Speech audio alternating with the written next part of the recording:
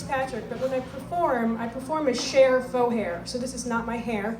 And I also use fancy gloves because I landscape for a living and I just sort of hide my landscape hands. Tonight I'm going to do a piece out of my true story collection called Creature Conversations. And it's all stories of when I was been landscaping and things that happened with creatures. And I'll do the last story from in here, Dream Weaved. And I'm going to try to just project and not stand here with a mic. Dream Weaved. She reads book excerpts to augment her radio show, Jen's Lens, an eclectic mix of music, more country than I would usually enjoy, but I appreciate the DJ enough to tolerate a bit of twang on the community radio station. This evening, she reads from philosopher Alan Watts, journalist Amy Goodman, and organic farmer Peter Burkhardt. Via the latter, she reads the famous quote from Chief Seattle: "Humankind has not woven the web of life. We are but one thread in it. Whatever we do to the web, we do to ourselves. All things are bound together. All things connect."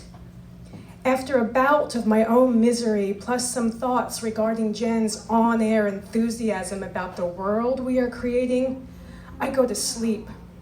I dream well considering the darkness I usually scare up via self-harm while awake. Instead, I visit in the dream state with two women who were part of my actual Saturday morning. We spent some fun time together, but when we get out into the woods, which we had done for real in the morning, I am alone, watching a spider weave from the first connection of two branches to the very last strand.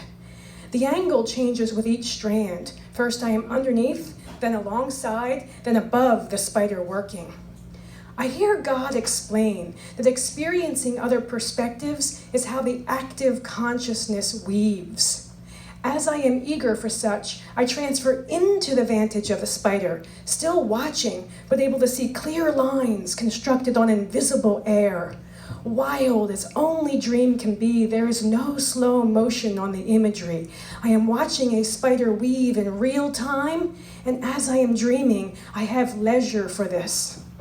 As the project nears an end, God relates, all things are part of the web, including spiders, but some humans function in both capacities, both the weaved and the weaver. Aware I am dreaming, I am also aware this theme has been dominant in my thoughts while awake. Moses has been on my mind for weeks, such that I had begun to think about his speech impediment. Right before culmination, I hear, it is just a matter of words, about the very nature of God using humans to communicate with other humans. It's like God's little joke that asking Moses to pester Pharaoh was just a matter of words.